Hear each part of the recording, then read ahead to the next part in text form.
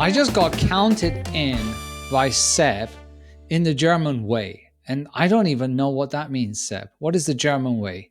It's when you start with like 1, 2, 3 rather than like 1, 2, 3, right? So how do you know when you're going to stop? Do you like agree on that beforehand? Yeah, of course. You write down a contract and everything. We love bureaucracy. What do you mean? Okay, great. Well, other than that, how are you, Seb? I am great. I am feeling a little bit of the heat of Kotlin Conf coming up in I think what is it like 2-3 weeks now. But apart from that, no, everything's good. I How know about it is yourself? coming up, but talking about heat, this is a special episode, and I have to tell our listeners what's going to happen. Okay, people, here's the reality of what's going to happen. And if you're looking at this, like watching this on YouTube, or you're listening to it, and then suddenly I go silent, I'll tell you why. I've been cooking a brisket for 14 hours. This recording is starting, and literally, my brisket needs to reach a temperature of 200, not 203, 200 and Fahrenheit, not Celsius. And it's at 199. I can't just, as much as I love Kotlin, as much as I love you, Seb, I just can't sit and watch this rise. So if I have to run to pull out a brisket, you know where I've gone. Very good. Yes, exactly. But anyway, talking about briskets, why don't you introduce our guest? You make these segues harder and harder every time, Hadi. I don't know how you do it. I don't know how. Yeah. Come on. Think how can of you course. tie brisket I'm excited. this? Yeah, I don't know. I mean, I'll tell you. Okay, you tell me. Brisket. They both end and tickets. Briskets, tickets. There you go. What does our guest do? Well, tickets presumably, because we're talking to Raphael Michel from Pretix. Hey, Raphael. Hi. How's it going? Any Fine, opinions thanks. on any opinions on brisket? No brisket in the office microwave here, so we're good on my end. Oh, microwave brisket. That sounds fantastic. We'll have to try that sometime. Like throwing some metal so you get some smoke as well coming out of it. Excellent. So, I'm actually very excited to have you on the show, Raphael. You and I have known each other for a number of years, I believe. And so I'm really excited to have you on the show, not just because we're talking Kotlin and brisket, and also everything related to how you are building your applications using Kotlin, but also because I think that your story is a really interesting one that I think is worth sharing, especially with the ups and downs that we could say that one's had. So, so tell us a little bit about what you do and where you work and what the company does. Yeah, absolutely. So I'm a physicist turned software developer who kind of was socialized in an open source community environment, and I was starting to volunteer with open source conference organizing, and that somehow brought me to selling tickets for open source conferences, to rewriting software to do so, as one does in our community.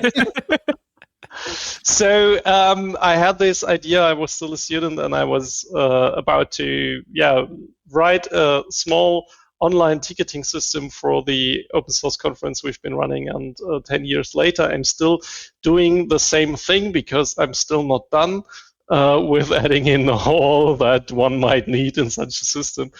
And today I'm doing this together with an amazing team of 20, actually. So we've grown this into an open source company. We do we use all of the ways you can try to make money with open source. The most important, which is not a lot of ways, but yeah, it's still some.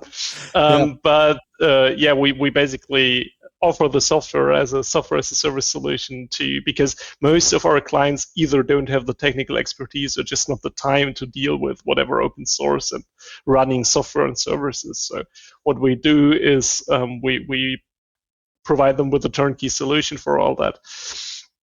And so I think we met because at some point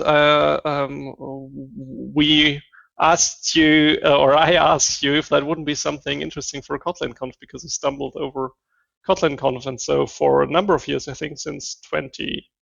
I think it's the second one. Yeah. I think the first year we were using another system, which I won't name. And then I think the second year we switched to you, and we've been happier and very happy since then. But I just as a side note for the children listening, what Raphael described as I was involved in a conference and I decided to write a system. And we call that NIH, or not invented here, because we can do it better. It's a syndrome that software developer has. I also love the slogan of your website, which is like, or the when you search for it, it's reinventing. I thought you were actually. I read reinventing, and I'm like, are they writing reinventing the wheel? But no, it's reinventing ticket sales for conferences. Which fits in line with the not invented here, but yeah. Yeah, absolutely. So yeah, if I had known how many software vendors for conference ticketing existed when I started, I would have never started. However, we're to this day the only open source system that comes close to anything of a complete feature set. I'm a little bit curious because obviously, like from the surface, as with most things, ticketing seems like it's maybe not that complex of a problem, right? And I'm sure that over the years you have very much collected tons of arguments against that, and I'm sure that a lot of conference organizers who maybe also suffered from not invented here syndrome have found out the same. But could you give us maybe like a little bit of overview of like where the complexity does come from? Sure. Mostly it's more of how wide the scope is than how complex it is. So there's different areas where it gets hard. One is that you're always dealing with payments and financial stuff in connection with small and large businesses and internationalization. So you have this whole complexity of payments, invoicing, billing, interaction with accounting systems, and so on. Then on the technical side, you have some complexity because you're all the time you're dealing with scarce resources, like you have a limited number of tickets, or even like if you have a concert with a seating map where you can choose I want to sit row 1, then you like every seat can only be sold once, and if you sell it twice, you have really bad problems. So there's a lot of complexity around concurrency and resource handling there. And then, and this is where Kotlin comes into play for us, is we have quite a big connection to the non-software world, because we don't see our scope ending with the email being sent, you have bought a ticket, but then there's the entire thing of getting into the conference, where there's some interaction with the physical world, be it scanning of tickets, be it selling of tickets at a point of sale with cash, with paying with a card. So there's a hardware aspect to it as well, and this range makes it quite hard.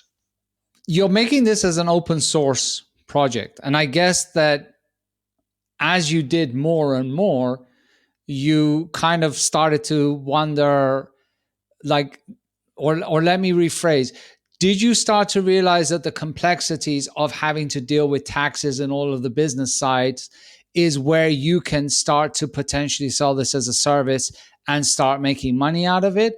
Or was this the intention from the very beginning?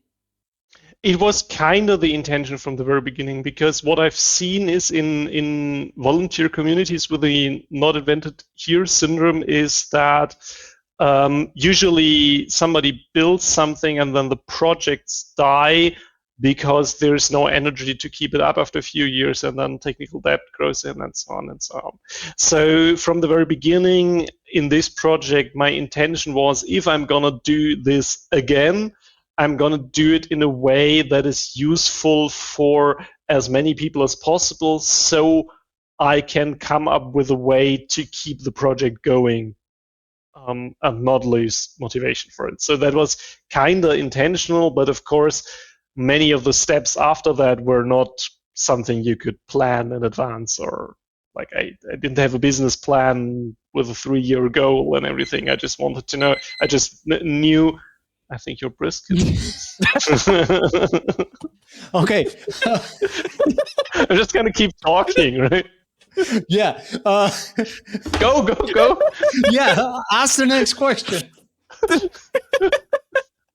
So yeah, but it was always the plan to find a way to bring this to others and make some money with it, obviously, because otherwise it's hard. Like we know it from many open source projects, but if there's no monetization involved, it's hard to keep things on a high effort rate for a large number of years. Yeah, I can imagine. I think here we can just pause for a second until Hadi's back. Yeah. But maybe as a little behind the scenes question here, can I, if I'm using Pretix, can I do the thing that airlines love to do, which is like overcommit tickets so that I can then drag people out of the conference afterwards?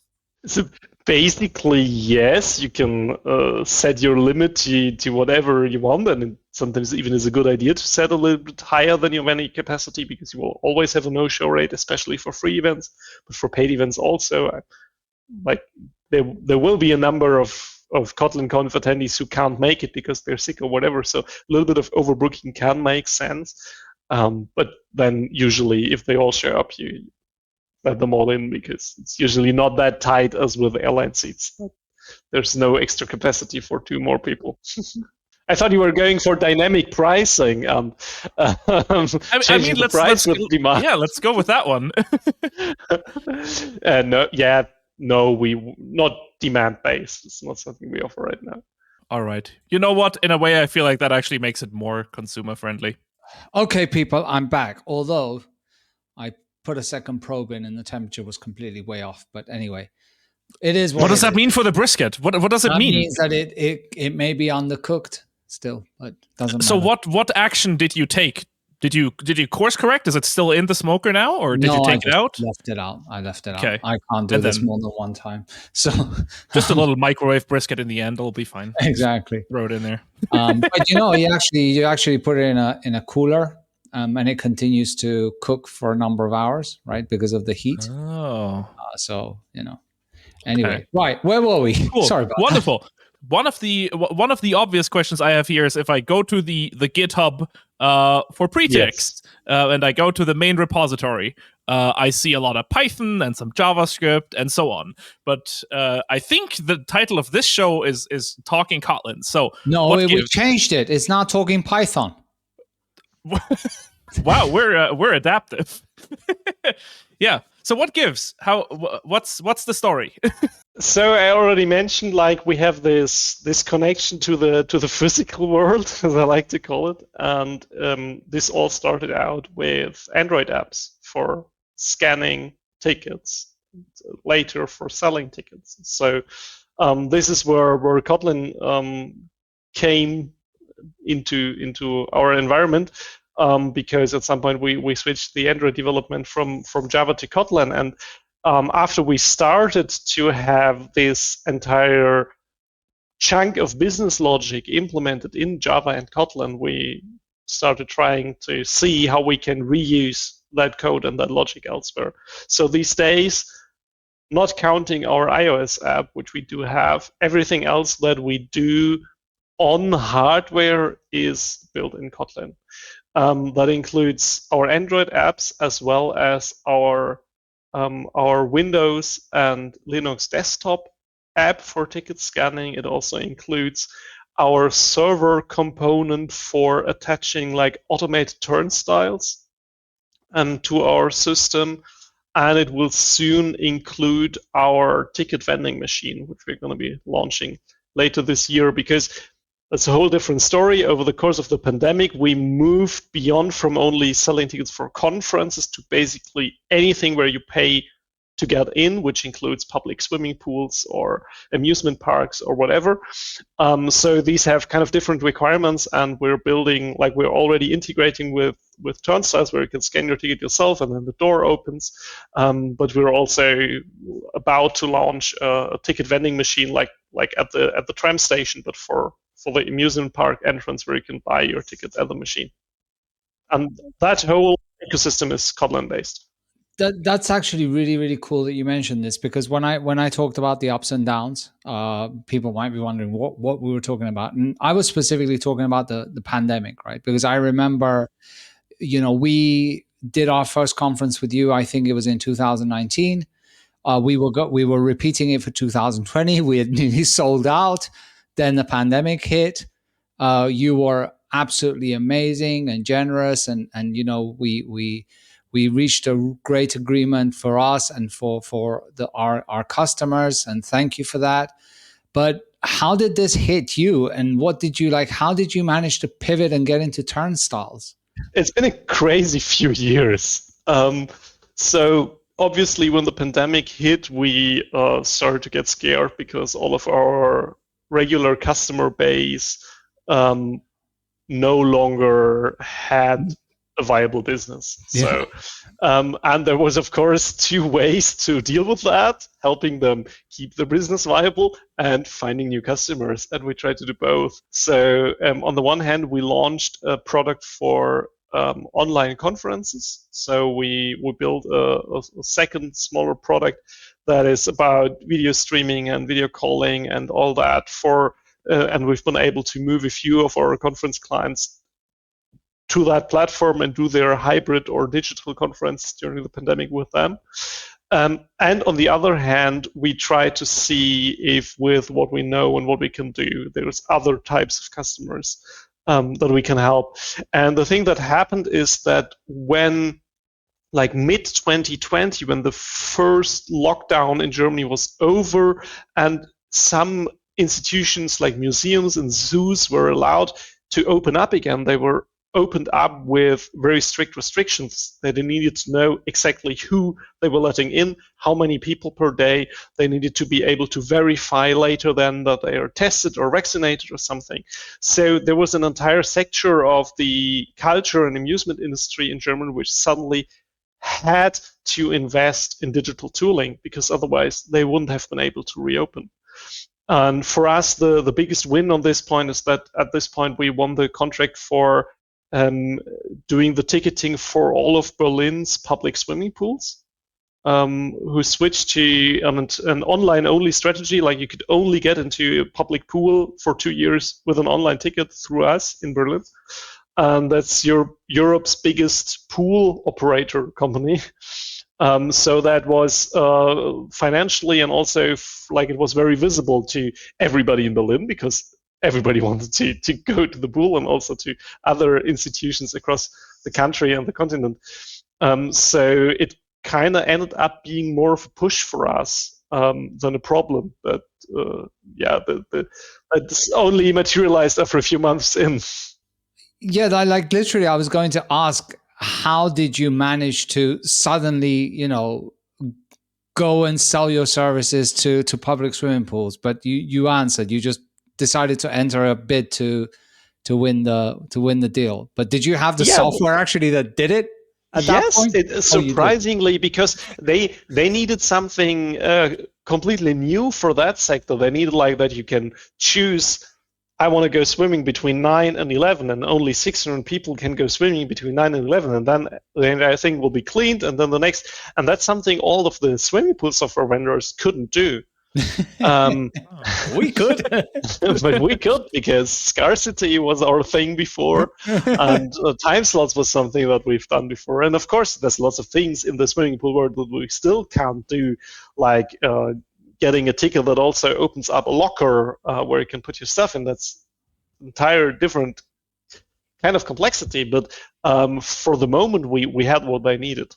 And that kind of saved us. And then over time, the conferences came back, and we've been more well known and so on. And so we've come back a lot stronger from this. So if I go to a swimming pool in Berlin right now, will it still go through a Pretix backend? When will this podcast be published? Sometime this year. Currently not. Starting Monday again, yes. Yeah, okay, cool. Then definitely. Don't worry, we're not that fast. Yeah. Okay, very cool. Well, it sounds like I have a good reason to go to Berlin and go visit a public swimming pool. Hop on a train. Absolutely. No, that's really cool because I really do want to go. I was talking recently to a friend of mine because a certain automaker that's somewhat close to where I live has decided to build a lot of their infotainment system based on Android and Android Auto, all these kind of things. And since he also works on the Kotlin team, he told me, he's like, well, I guess my next car is gonna have to be from that company because obviously I'd love to have my infotainment system be built with something that I work on. Yeah, sure. So yeah. So have you done a personal excursion to Berlin to go swimming and check out everything? I did back then in 2020. And there's lots of other cases until today where I'm always very happy to be able to use my own software as a customer. It's always lots of fun, yeah. I do have to ask though, generally, because I have just zero understanding of how these things operate. You say you integrate with turnstiles. How does that work? Yes. Does that just do an HTTP request or what is Actually, yeah. So no. So the turnstile itself, it's a piece of steel and a motor and maybe a few sensors, and it usually has a very, very simple interface of two wires, and if you connect them, it opens. So not much more complicated than your average door buzzer. And but you need some kind of component on top, which has a barcode scanner or an NFC scanner or something, and then makes a decision and then puts the two wires together. And there are a number of vendors out there that can offer this that actually just make an HTTP request. Our long-term goal would be to have such a component Android-based, so we can run our software and our business logic on the turnstile, but that's not something we have yet. So what happens if there's no internet connection? Yeah, so what we offer as an option is that we put basically a small appliance on site where the HTTP call is made to that small appliance and not to our server. And on that small server we put in the location, we're running the same Kotlin code that is running in our Android apps, which provides some offline functionality, either by having a synchronized copy of the database or by using some cryptographic mechanism to verify whether a ticket is valid or not. So overall, it sounds to me like there's Kotlin in a bunch of different places at Pretix. I'm curious because you especially also mentioned code sharing or saying, well, a lot of the parts are built together. Do you want to expand a little bit on that more? So we've started all this before Kotlin multiplatform was a thing. What we basically have is we have a module which includes the most complex part of all this, which is things like keeping a synchronized copy of the ticket database of a specific event or location, and making decisions about who can get in. These decisions, they can become arbitrarily complex. Like at KotlinConf, there's the main entrance, everybody who has a ticket gets in, but then there are workshops the day before, and only who has a workshop ticket can get in there, and in some events it can get way more complex than that. So there's quite a piece of software that needs to be well tested and so on, that we have in one Kotlin module. And then we use it through the simplest dependency mechanism of all, as a Git submodule in all of our other projects, where we have separate user interfaces, where we have the Android app with its user interface, where we have our desktop app with its user interface, and where we have like the web server that talks to the turnstile. Are you using Kotlin multi-platform specifically in any part of your code, or are you keeping it more simple than that? We're currently keeping it more simple than that. We will be looking at Kotlin multi-platform very much over the next months, years, probably, because and in some places we are suffering from the Kotlin environment moving too fast. So when we, for example, you're saying that we're going too fast. Maybe. Okay, well, let's tell the team to slow it down. I'm sure they'll be really happy about that. The number of things we need to rewrite because some library we used back then has now been replaced. Like we just had a huge effort pulling Enco out all of our Android apps, pulling Kotlin synthetic views out of our Android apps, replacing them with what is Enco? Damn. Okay, I'm so sorry about that. So I was just this morning reviewing many thousand lines per request that pulls out Ango out of the last of our apps. So we can upgrade to and so on. And we have a few of these problems. Like we have for our desktop app, this was long before Kotlin multiplatform, or before Compose multiplatform specifically.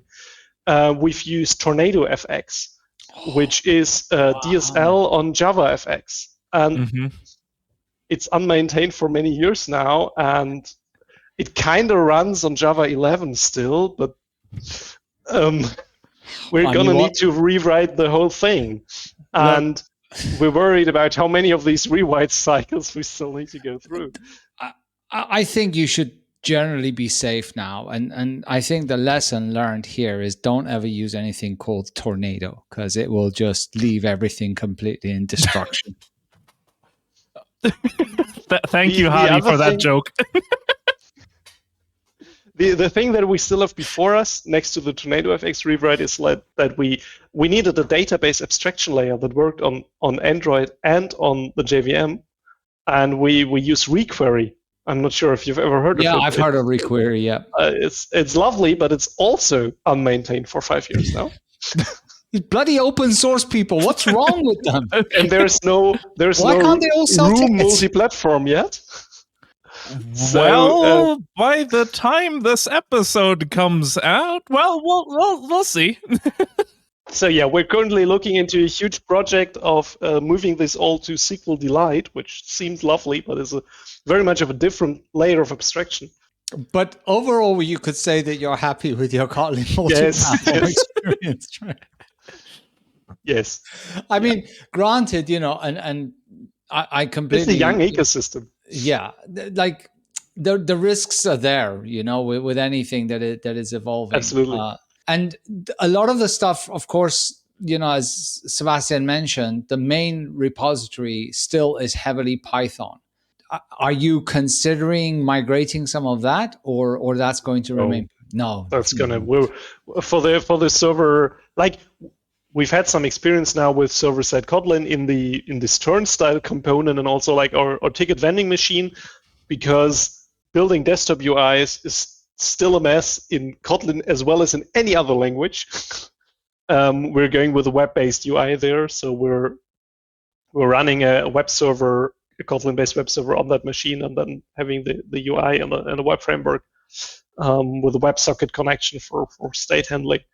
And on the server side, for our main project, we're very happy with Django. It's just a very mature web framework that we know very well, and it's such a huge project. I don't think we're going to consider replacing it anytime soon. Yeah, I mean, if it isn't broken, why rewrite it in a completely new framework? Well, because we're software developers, right? Yeah, but I think for web development, Django is still a pretty good choice these days. Yeah. So you said that writing software for desktop or for UI, I guess, is a pain in anything, including Kotlin. Have Well, you? I have not tried Compose Desktop Okay, in that is detail released. yet. That is released, and it's not Yes. going anywhere. I mean, Add or it it's moving disable. forward. It's not. It's probably where our desktop app will move on from TornadoFX, if not for the lack of any other options. Yeah. Like the only other options would be the web or moving all the way back to plain JavaFX. I would which is love to not something- understand the experience you have, not if, but when you move it to Compose Desktop. I want to Yeah. assert the assurance, right? Because I Yeah. think it would be actually work well for you. I wonder if we need to do a Tornado to Compose migration tool. I'm not sure if that would work. Well, 3 people would use it. I'm not sure that's worth it. that sure justifies the engineering effort. Can I use the? Luckily, we have a team. I don't need to deal with all of this myself. But there's Kotlin multi-platform, as in compiling Kotlin to something native, and there's Kotlin on the JVM, right? Those are kind of 2 different things. Well, you have to differentiate between, Kotlin native, I guess, and Kotlin for the JVM, right? So multi-platform is the Compose desktop or Compose multi-platform, is it tied to the Kotlin native, or can I use it on the JVM? It's JVM based. Okay. That's good for us. Yeah. But the benefit, of course, is that once you've built things using common code, so you can just use JVM abstractions. But if you extract certain parts out into common code that's not platform specific, then if you later on say, "Hey, I'd like to run the same application on WebAssembly or on iOS," Absolutely. you can add those. You switch out the parts that are platform specific. Yeah, we have not been interested in Kotlin native yet because we have too many dependencies that are still that wouldn't run on Kotlin native that we'd need to abstract away in some way. Now that we're removing some of them and replacing some of them, it might be a thing in the future, but so far we're limited to where we can run also some a little bit older Java libraries, for example. Yeah. Of course, that makes sense. I do want to just briefly jump in here, though, because you mentioned beforehand that Room is not available as multi-platform yet. I did just look it up, and so this information is now public. If you go to developer.android.com/kotlin/multiplatform/room, which is a very long way, or you just Google for Room multi-platform, you'll see that starting with 2.7 Alpha 01, Room is actually multi-platform. Oh, wow. So that Google it was library announced yesterday. Look at that. You see, and then people say they don't learn new things on our show. Like that's very recent. Yeah. Yeah, we actually planned this. We planned this. That's why we had you on the 2nd of May, so that we tell you this news. So all of your mobile apps right now are Android specific. They're Android devices. I remember using them. Yes, and you're sticking with that. You have no need to do any other device like iOS, iPhones, or anything. We do. So we have customers requiring iOS support, and we support iOS for we have 3 or 4 Android apps, depending on how you count, and the 2 simpler ones of them we offer on iOS as well. But they are entire independent implementations. So this begs the question of if you share logic. Yeah, no, we currently don't. It would be amazing if we were, in the long run, being able to share our business logic with the iOS app as well. And what's blocking us from that is the usage of some libraries that won't run on KMP, such as Requery, which we will need to replace anyways, and some others as well. Our whole synchronization layer is heavily based on OKHTTP. Which is also not something we want to replace for fun, but would probably need to do to go full KMP. I think we've got KTOR that does multi-platform. Yeah. I know, because I know. Yet another migration in front of us. I was just curious again because I'm very sorry because I keep on coming back to the stuff when it comes to hardware integrations, because somehow there's a soft spot in my heart for something that somehow affects the physical world.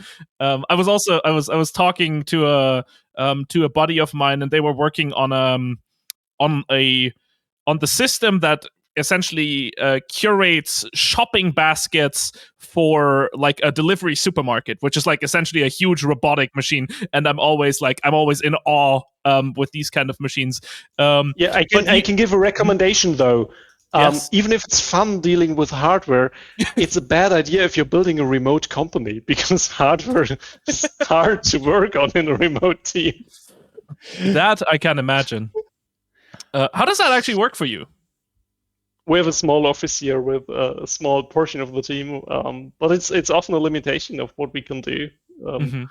Because because not every what we're shipping devices, or even if it's just specific Android device, like we have a lot of different Android devices here, where we need to get them to the engineer working on the project, needing them and fixing that urgent bug. So that's quite a challenge in having the correct hardware wherever we need it.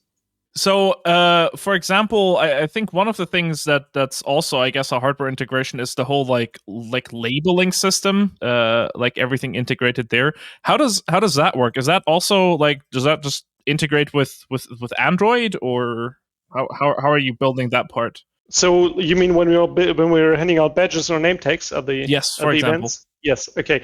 So yeah, that's also Android based. So our Android app that scans the ticket can then send basically a print job to a printer, which can be a ticket printer or a label printer or any printer. Basically, we mostly deal with not with your regular office printer, because they are slow and tend to break, as everyone knows. We tend to work with thermal printers who heat at the cash register, the receipt printers, which are very fast and very durable.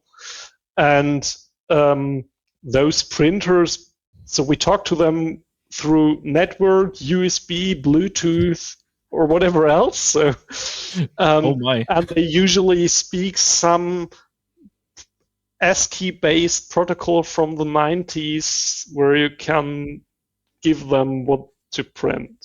Okay. Yeah, I remember. I mean, now it's probably already like 3 or 4 years ago. I decided to order myself one of these like small receipt printers because I thought it would be like a cute thing. But yeah, at least back in the day, it was honestly pretty annoying sending these commands, because it was just yeah. The receipt printers basically work like your terminal. Like, you can send them text, and they will just, like, you can open a network socket on port 9100 and send them hello world, and they will print hello world in ASCII. And then they have escape sequences to go bold or cut the paper or whatever. Basically like the terminal works. So sort of a natural interface to many of us. I suppose that's true, and I back then I actually experimented a little bit, and I built like a nice little Kotlin DSL so that you could do like rich text, like strings and everything. The problem was just that I went for the absolute cheapest printer, which was, I think it was just 2 wires, so you didn't get any feedback from the machine back into your program. Which also meant you kind of just had to guess how fast you were allowed to send commands, because the thing would just stall if you would just if you just send them too quickly, it would just stall. Not baud rate, but just like overflowing the buffer. So yeah, I think that was my first touch point with coroutines to slow things down. We occasionally have issues with customers just buying the cheapest printer or scanner or whatever they can find on Amazon, and then you won't even find a manual or a proper specification of what commands it supports, and that's usually either it works or it doesn't. There's no much debugging or fixing that.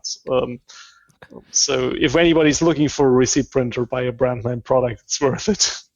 How does it the hardware versus software thing, right? Because the mindset is completely different, right? As a software developer, you're like, well, we'll just create stuff, people will download it, and if there's a bug, we'll fix it and we'll ship an update, right? Getting into hardware is its own whole challenge, right? Having to deal with warranty, having to deal with shipping things out, getting it back. So luckily, we don't build any hardware so far, which has most of these very hard problems. We sell hardware, we support hardware, and we rent out hardware. And that's already like all the shipping and getting it there in time. And we have a whole lot of experience with getting stuff somewhere very, very quickly. If there's like, we often end up in situations like we need this today, no matter what cost, because for many events notoriously have a very fixed schedule at which they are happening, and if there's an issue with something, there needs to be a replacement, and usually the budget for getting the replacement is at some point quite unlimited, because the option would be more the alternative would be more expensive. That has some challenges, and debugging often is hard because often we need to debug with customers over the phone and hearing what noises the printer makes and guessing what might be wrong.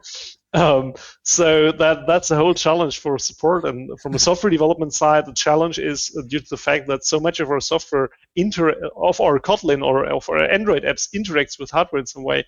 We can basically forget automated testing for our apps, because how would that work? Like, of course, we can mock the entire hardware layer away, but what good is the testing then anyway? Actually, how do you test? Like, you just don't test, you just wish for the best and listen to noises, or? We have very thorough testing for the business logic, but little to none automated testing for the user interface and the hardware connection stuff. Wow. Well, you shouldn't have told me that, because I mean, as an event organizer, I can tell you that we didn't have a single glitch at KotlinConf, because last year we actually used your devices as well. And I believe that this year we're going to use them as well. And there wasn't a single glitch. But yeah, don't tell me that they aren't thoroughly automated testing. Only for the parts that are worth spending the effort for, yeah. Just coming back to the fact, I still think it's super commendable and super exciting that you're an open source company, and that I can just kind of poke around and, like look at the Pretix scan desktop app and look at the 96.7% Kotlin code. What I'm curious about, which typically I'd expect Hadi to ask, which is, have you had external people contribute to any of your code? Or are people like using? Do you know of people using your code to like self-host Pretix instances? Yes. So we know we have some optional telemetry. We know that there are multiple hundreds self-hosted installations of the software out there. And we know some people well who also write their own modifications, who have applied their own patches or have their own, like we have a plugin extension system. We have their own plugins to modify the behavior in some way. So that happens. We rarely see significant contributions back to our projects, which I think is shocking. Which I think is fine, because I, as an open source enthusiast, if I'm going to spend some of my free time contributing to a project, I'm going to choose an underfunded project that needs help, not a project where a company is actively maintaining it and making money with it. So I think that's fair. And it's also a complex project with little low-hanging fruits for a quick contribution. Of course, they exist and it happens, and we have external contributions, but in the general scheme of things, it's a minority of our changes. But I mean, given that your company is 20 plus people, you said right now? Yes, 20. Right, yeah. So I guess you have managed to make a successful business out of open source and providing this as a service, right? Yes, I would claim so, yeah. Yeah. Oh no, because now you're going to tell me actually no, we're VC backed and like No. Completely bootstrapped. Yeah, that's really cool, and I love stories like that. I think it's fantastic. So congratulations for that. And honestly, I have to say that I am so happy. Not just happy, but I'm very impressed how you managed to turn things around for yourselves during the pandemic. And find a different way of surviving and actually making a business out of it and reacting to the changes, right? Because it's not just the fact of, okay, I'll go out and try and sell something or do whatever. This whole psychological thing of, wow, our main source of business has just shut down. Absolutely. We need to figure out what to do. So kudos to that. Thank you. For that. So we are unfortunately almost out of time, but I do want to just briefly ask maybe one of the obvious questions, which is: are you now, like, looking in hindsight and also looking towards the future? Are you happy with having chosen Kotlin? Especially, like, our main focus with Kotlin, our main backstory is on Android, and I also have done a lot of Android work before that. I'm so happy with Kotlin over Java on Android, and I think it's I enjoy working on Kotlin Android projects much more than like I would on React Native or something like that. So I think in generally we're very happy with Kotlin. We think it's big improvement to have a modern and actively developed language on the JVM and on Android.